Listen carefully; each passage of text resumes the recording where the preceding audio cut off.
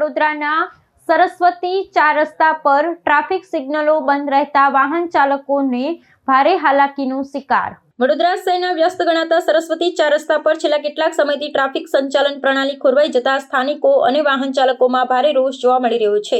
અત્રે આવેલા ટ્રાફિક સિગ્નલો લાંબા સમયથી બંધ હાલતમાં હોવાથી વાહન ચાલકો બેફામ રીતે અવરજવર કરી રહ્યા છે, જેને કારણે અકસ્માતનો ભય સતત તોડાઈ રહ્યો છે। એક તરફ પાલિકા દ્વારા વિવિધ સ્તરે ગટર વ્યવસ્થા અને જળવાહિનીઓના નવીનીકરણની કામગીરી ચાલી રહી હોવાથી રસ્તાઓ આંશિક રીતે બંધ છે, ત્યારે સિગ્નલોની નિષ્ક્રિયતાને બળતામાં ઘી હોમવાનું કામ કર્યું છે। વહીવટીતંત્રની બેઘારી નીતિ સામે જનતામાં ઉગ્ર અસંતોષ પ્રવર્તી રહ્યો છે। એક બાજુ માર્ગો પર સિગ્નલો બંધ હોવાને કારણે સર્જાતી અરાજકતાનું નિરાકરણ લાવવામાં તંત્ર નિષ્ફળ રહ્યું છે, તો બીજી તરફ આધુનિક સીસીટીવી કેમેરા દ્વારા ટ્રાફિક નિયમોના ભંગ બદલ નાગરિકોને ઘરે બેઠા તોતિંગ દંડના મેમો મોકલવામાં આવી રહ્યા છે।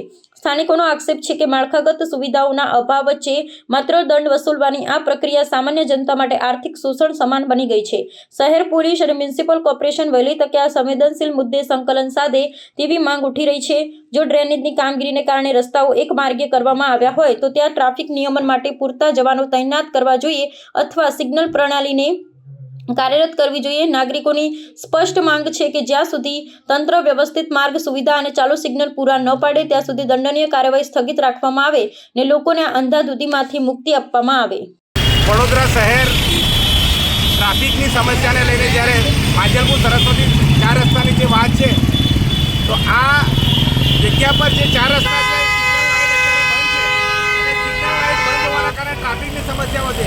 વડોદરા શહેર પોલીસ કમિશનર દ્વારા અને વડોદરા સેવા સદન દ્વારા જે કેમેરા લગાવેલા હોય છે, આ કેમેરાના આધારે જ્યારે લોકોને ટ્રાફિકના મેમો ઘેર બેઠા આવતા હોય, પરંતુ ટ્રાફિકના આ ગેરરીતિઓ જે પોલીસ દ્વારા ચાલી રહી છે, આજુબાજુના નજીકના વિસ્તારવાળા જે સોસાયટીના લોકો છે એમને પણ ટ્રાફિકમાં આમ છે કે ઘરની બહાર નીકળે તરત મેમો આવતો હોય, ત્યારે આજે આ ટ્રાફિકની લાઇટો જે બંધ છે એને ચાલુ કરાવવાની તકેદારી પોલીસ કમિશનરની અને મ્યુનિસિપલ કમિશનરની છે, એ તાત્કાલિક ચાલુ કરાવવી જોઈએ અને આ ટ્રાફિકની સમસ્યા લઈને આ જે કેમેરાનો દુરુપયોગ થઈને જે મેમો આવી રહ્યા છે એના બદલે આ જગ્યાએ ટ્રાફિકના જે વહીવટ કરતા અધિકારી હોય કે સ્ટાફ હોય એને મૂકીને આ ટ્રાફિકની સમસ્યાને હલ કરવાની અમારી માંગણી છે।